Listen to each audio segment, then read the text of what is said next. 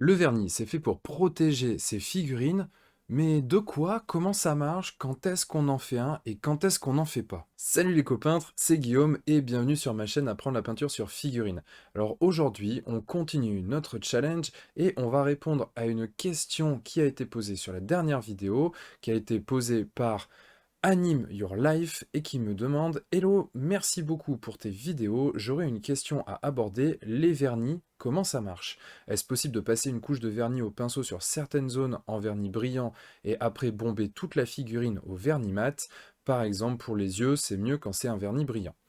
Alors du coup, Anime Your Life, on va essayer de répondre à ces questions. Mais avant d'aller plus loin, je rappelle qu'on est toujours dans ce petit défi avec une vidéo par jour. Alors si tu veux que j'essaie de répondre à une de tes questions en vidéo, n'hésite pas à me la mettre dans les commentaires, il reste plus beaucoup de temps. Et par ailleurs, je le dis maintenant, comme ça ce sera fait, si la vidéo te plaît, n'hésite pas à la liker, à t'abonner à la chaîne aussi pour pas louper les prochaines vidéos. Et dans la description, j'ai en téléchargement gratuit le petit guide du débutant en peinture sur figurine qui en plus t'inscrit gratuitement à ma newsletter dans laquelle on aborde des sujets d'actualité sur le monde de la figurine, l'actualité aussi d'apprendre la peinture sur figurine avec les peintures de l'atelier pour potentiellement te donner un peu d'inspiration, les vidéos aussi, bien sûr, les dernières vidéos de la chaîne, et l'actualité aussi en ce qui concerne les cours, les services de peinture, les formations, bref, si ça t'intéresse, c'est par là que ça se passe. Alors, pour répondre à ta question, le mieux, c'est de redéfinir ce qu'est un vernis.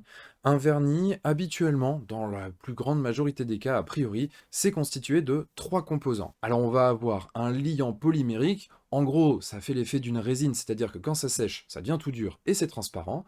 On va aussi avoir un diluant qui va donner cette fluidité à notre vernis, parce que sinon ça serait pâteux et on pourrait pas vraiment bien l'appliquer.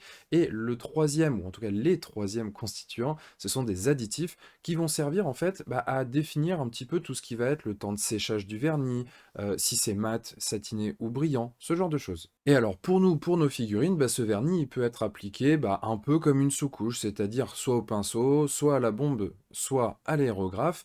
Moi personnellement, en ce qui concerne le vernis, je réfléchis exactement de la même manière que ma sous-couche, c'est-à-dire que je vais privilégier le plus possible l'aérographe tout simplement parce que ça donne des couches qui sont les plus fines possibles. Donc forcément, alors certes là on parle de vernis, on veut protéger, mais quand même si c'est trop épais, on va voir que ça peut avoir des inconvénients. Donc moi personnellement, je privilégie l'aéro. Si j'ai pas, je fais de la bombe de sous-couche. Et si j'ai pas, je le fais au pinceau, mais vraiment le pinceau, j'évite.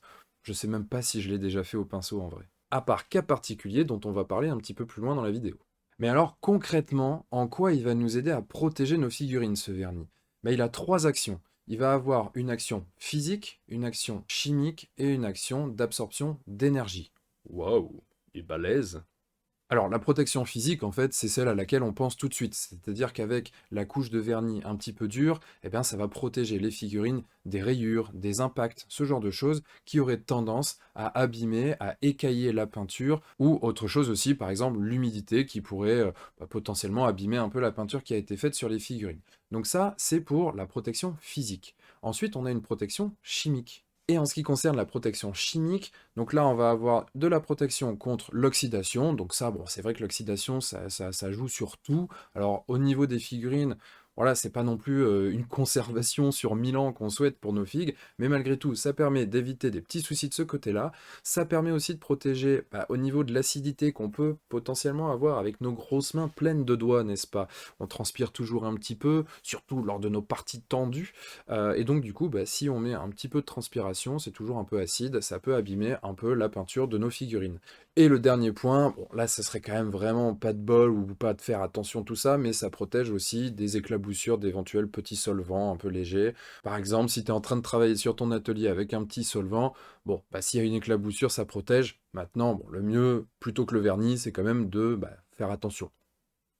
Et alors, la troisième protection, on parlait d'absorption d'énergie, et bien là, c'est simplement parce que les vernis mat et les vernis satinés, ils ont tendance à disperser la lumière plutôt que de la renvoyer telle qu'elle, et donc du coup, a priori, ça protégerait un peu mieux des UV. Mais alors, quand est-ce qu'on le fait ce vernis? Parce que, mine de rien, je pense que tu l'as entendu toi aussi, il y a quand même des inconvénients potentiellement à ce vernis. Déjà, parce que ça protège pas non plus des méga chutes, hein, genre une figurine, si elle tombe du haut d'une table, bon, c'est un petit peu violent quand même pour du vernis.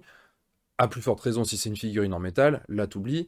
Et puis bah, mine de rien, c'est un vernis pour que justement il soit transparent et que ça altère le moins possible la peinture, il faut que le film soit fin, parce que s'il est trop épais, bah, c'est pas fou. Et donc du coup, puisqu'il est fin, il s'use. Et surtout, bien sûr, c'est le fait que ça peut altérer la peinture, ça peut changer le rendu des couleurs, ça peut changer les rendus des textures, bref, ça peut changer ton boulot de peintre. C'est pourquoi, moi, je ne le fais quasiment jamais. Parce qu'au final, même les figurines avec lesquelles je joue, je considère que j'en prends suffisamment soin pour ne pas avoir à les protéger avec un vernis.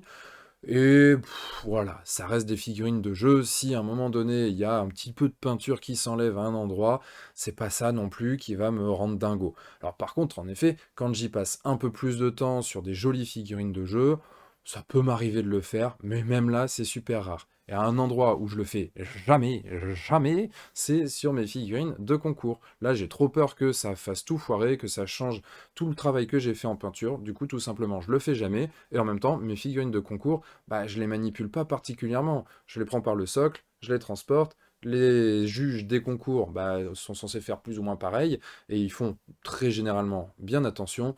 Donc, il n'y a pas de raison de vernir ces figurines-là, à mon sens. Et en plus de ça, quand je le fais, c'est systématiquement avec du vernis mat. Parce que tout simplement, je veux garder dans mon travail de peinture le contrôle de mes brillances. C'est-à-dire que quand moi je décide de faire des effets de texture avec un effet de brillance à un endroit sur ma figurine, eh ben j'ai pas envie qu'il y ait un vernis brillant qui vienne ajouter de la brillance, et donc du coup on se retrouve avec de la brillance un peu partout incontrôlée. Typiquement, il n'y a pas très très longtemps, là, c'était cette semaine, je donnais un cours à un élève qui m'avait fait un bouclier en NMM, un bouclier de Captain America, il se reconnaîtra s'il voit la vidéo, et ce qu'on a vu ensemble, c'est que finalement, il avait fait un super travail avec des effets de lumière sur son bouclier, il avait mis un vernis brillant, et donc en fonction de l'orientation du bouclier par rapport à la lumière, des fois ça fonctionnait plutôt bien parce que les reflets tombaient aux mêmes endroits que les reflets qu'il avait peints lui-même.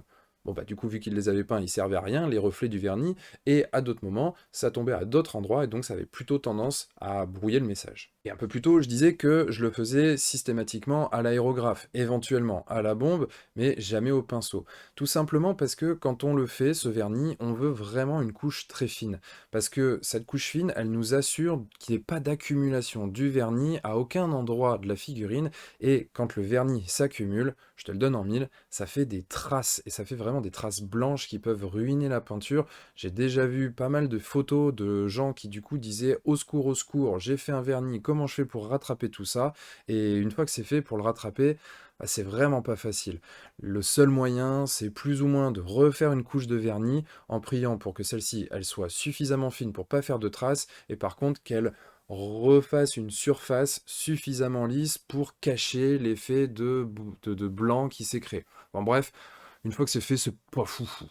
Ah oui, et autant pour la sous-couche, je considère que ça va à peu près, mais pour le vernis, c'est vrai qu'il faut bien faire attention que le taux d'humidité soit pas trop élevé, parce que ça a vraiment une fâcheuse tendance à augmenter les risques, un, de faire des traces blanches, et deux, de faire un effet granuleux. Donc, bah, quand il fait vraiment trop humide, on oublie.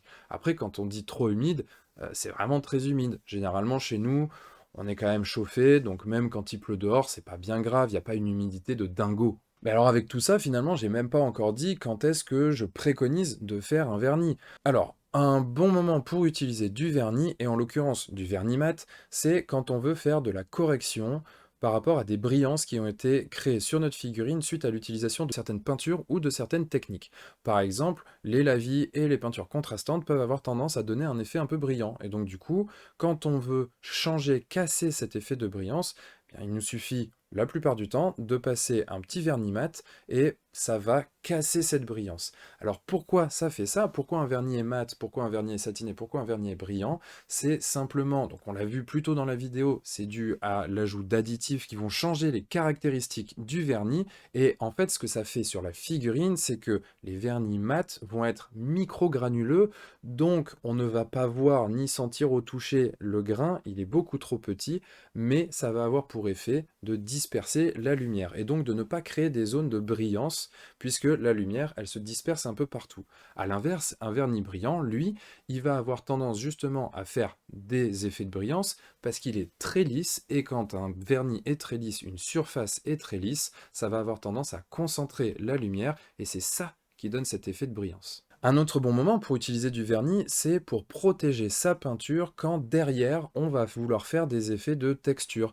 Des fois, c'est vrai qu'il y a des effets qui peuvent être un petit peu, on va dire, abrasifs, ou en tout cas qui vont abîmer un peu la peinture, et quand on veut préserver la peinture du dessous, et qu'on veut simplement faire des effets de texture sur un autre endroit de la figurine, ça peut être intéressant de vernir les endroits qui ne sont pas concernés, de laisser les endroits qu'on veut texturer, qu'on veut salir, qu'on veut vieillir, qu'on veut abîmer sans vernis, pour que ça le fasse facilement sur cette zone-là et que ça protège le reste de la figurine. Aussi, quand on va passer un décalco, c'est assez souvent recommandé de passer une petite couche de vernis brillant avant de poser le décalco, parce que ça va avoir un effet qui va éviter l'effet de brume, là, de blanchiment sous le décalco.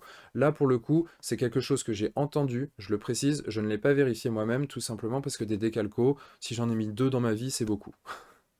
Alors tout à l'heure, je disais que je faisais que du vernis mat. Il y a quand même un cas particulier où je fais du vernis brillant, c'est quand je veux faire un effet de brillance, mais que je veux le faire rapidement. Parce que, bah, mine de rien, faire les effets de brillance sur une figurine, ça peut demander un peu plus de temps, c'est du travail de mise en lumière, et quand on veut vraiment aller très vite, eh ben, on peut vouloir faire quand même des effets un peu waouh, par exemple, faire de la texture un peu mouillée, ce genre de choses. Je sais pas, tout de suite, j'imagine voilà, des tentacules d'un poulpe ou ce genre de choses qu'on voudrait faire assez rapidement, et auquel cas, bah, bien sûr, passer un petit coup de vernis brillant, ça donne cette brillance justement qui simule l'humidité, le fait que ce soit mouillé, ça fonctionne plutôt bien, donc là pour le coup, on ne s'en prive pas, et c'est peut-être la seule fois où je vais passer bah, ce vernis au pinceau. Et dans la question qui m'a été posée, du coup, bah, c'était cette question-là un petit peu pour les yeux. Alors, le truc en fait, c'est que pour moi, les yeux, soit ils sont trop petits, et c'est le cas la plupart du temps sur mes figurines de jeu, donc bah, alors là, je fais pas de vernis puisque je fais même pas les yeux, ou alors c'est sur des figurines qui sont plus grandes, voire des bustes, et auquel cas, j'ai envie de garder le contrôle de la brillance pour orienter un peu le regard, orienter la brillance comme je le souhaite. Donc là, bah non, j'utilise pas de vernis brillant non plus. Et donc bien sûr, un cas où on recommande évidemment le vernis, c'est dans le cas de manipulation fréquente, donc des peintures de jeu, hein, des figurines de jeu qui sont fréquemment manipulées. Alors c'est vrai quand on joue, quand on est un peu accro à un jeu en particulier, qu'on joue son armée ou ses figurines super souvent, c'est aussi vrai quand par exemple on est dans une ludothèque ou quelque chose comme ça, et que du coup ça sert de jeu de démonstration. Ça c'est vrai que c'est intéressant aussi de vernir, parce que bah, tout le monde qui vient n'a pas forcément, prête pas forcément autant attention aux figurines. Le fait de leur apporter une petite protection supplémentaire, ça évite quand même d'avoir à les repeindre toutes les 3 semaines, ça c'est plutôt intéressant. Et ça, je le recommande particulièrement quand on range le jeu dans des thermoformages là, plastiques, parce que bah, c'est bien, ça se range plutôt bien en général, ça prend même un peu moins de place. Le problème, c'est que ça génère des frottements additionnels sur la figurine. Donc là, pour le coup, c'est vrai qu'un petit coup de vernis, ça coûte pas grand-chose, ça protège un petit peu. Si c'est des figurines de jeu et qu'on s'y prend bien, au pire, vraiment du pire, il y a quelques petites traces blanches par-ci par-là qui traînent, ça se verra pas énorme. Donc là, je me dis que ça vaut quand même le coup. Et donc pour ceux qui ont suivi, il restait quand même une petite question dans le commentaire, et la question c'était: est-ce qu'on peut faire des petites touches de vernis brillant sur certains endroits pour au final ensuite repasser une couche de vernis mat sur l'ensemble de la figurine? Et là, la réponse, c'est non, parce que si tu fais ça, ce qui va se passer, c'est que tu vas avoir ta brillance avec ton vernis brillant, puis ensuite tu vas faire ton vernis mat, et donc du coup, tout sera mat. Tu auras perdu ton effet de brillance. Alors, si tu veux faire ça, le mieux, c'est plutôt de faire l'inverse, de vernir l'ensemble de ta figurine en vernis mat et d'ajouter tes effets de brillance ensuite. Comme ça, du coup, tu les conserves. Donc c'est possible, il faut juste le faire dans le bon ordre. Et voilà les copains, c'est fini pour cette vidéo. Alors j'espère qu'elle vous aura plu, j'espère que tu y vois un petit peu plus clair en ce qui concerne le vernis. Alors c'est vrai que moi je suis pas forcément un fan hein, du vernis, comme vous le voyez dans la vidéo, bah, j'en mets assez peu finalement. Mais au moins avec cette vidéo vous avez quand même quelques astuces, quelques petits tips pour savoir quand le faire, quand ne pas le faire, et du coup pourquoi je pense tout ça de ces vernis. Alors vous l'aurez compris, hein, moi c'est plutôt à l'aérographe. Maintenant si t'as pas d'aérographe, c'est pas grave, tu le fais à la bombe. C'est juste, je recommande pas trop au pinceau, ça a tendance à être pâteux, donc ça j'aime pas. Bref, si la vidéo elle t'a plu, je t'invite comme d'hab à la liker, à la partager, à t'abonner à la chaîne, à télécharger le petit guide du débutant en peinture sur figurine, et on reste connecté parce que là, les formations, ça ouvre très bientôt, et il y aura quand même une belle promo, surtout pour ceux qui se lanceront dans l'aventure dans les 2 premiers jours, donc restez bien informés sur le sujet, je partagerai ça très vite bien sûr sur la chaîne et dans la newsletter. Donc moi je vous dis à très vite, à demain pour la prochaine vidéo de ce challenge, et d'ici là, n'oubliez pas de mettre des couleurs dans votre vie. Ciao!